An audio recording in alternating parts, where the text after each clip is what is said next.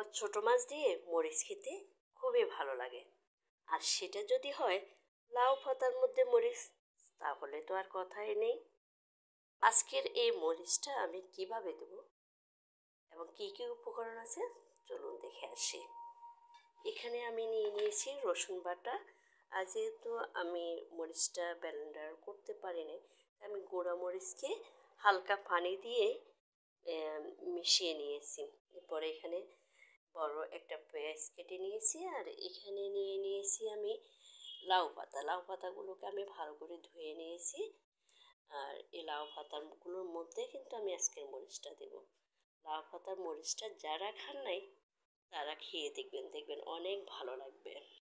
এখন আমি উপকরণগুলো দিয়ে দিচ্ছি। এখানে আমি প্রথমে দিয়ে নিচ্ছি লবণ, এরপরে দিয়ে দিচ্ছি পেঁয়াজ। পেঁয়াজের পর আমি দিয়ে নিচ্ছি এখানে মরিচ বাটা, অর্থাৎ যে মরিচগুলোকে আমি পানি দিয়ে মিশিয়ে নিয়েছি সেই মরিচটা এবং রসুন বাটাটা। এরপরে দিয়ে দিব আমি সরিষার তেল।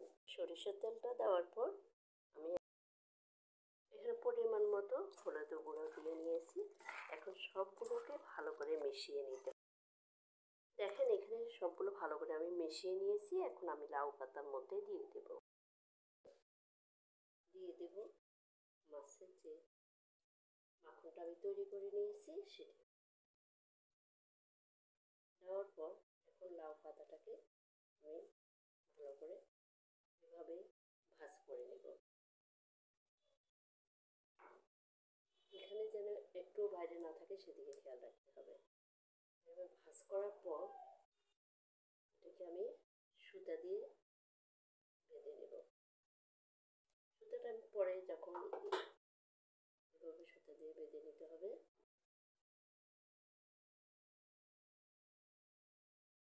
এভাবে আমি চারটাকে ভালো করে আটকে নিয়েছি।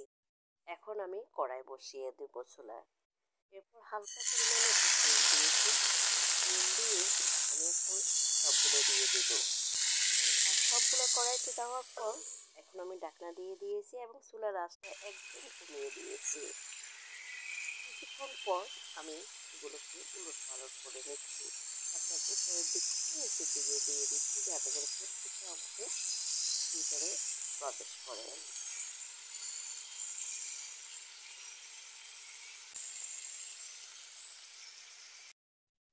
এই যে মোটামুটি এখন হয়ে গেছে, কারণ দেখতে পাচ্ছেন এখানে তেল বের হয়ে গেছে।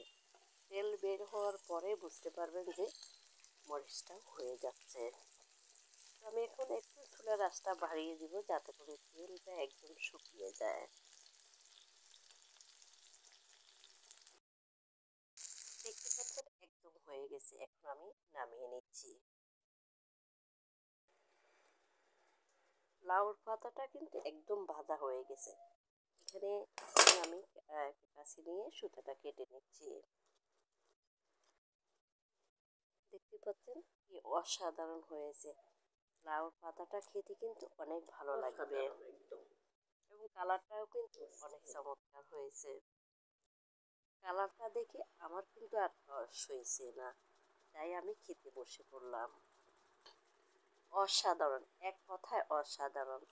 মাছ তো ভালো লেগেছে, পাশাপাশি যে লাউর পাতাটা এটা খেতে অনেক টেস্ট হয়েছে। খেতে অনেক মজা। আপনারা ট্রাই করে দেখবেন, দেখবেন যে অনেক ভালো লাগবে। ভিডিওটি দেখার জন্য সবাইকে অসংখ্য অসংখ্য ধন্যবাদ। আর ভিডিওটি ভালো লাগলে অবশ্যই লাইক কমেন্টস দিয়ে এবং শেয়ার দিয়ে আমার পাশে থাকবেন। সবাইকে অসংখ্য অসংখ্য ধন্যবাদ। আল্লাহ হাফিজ।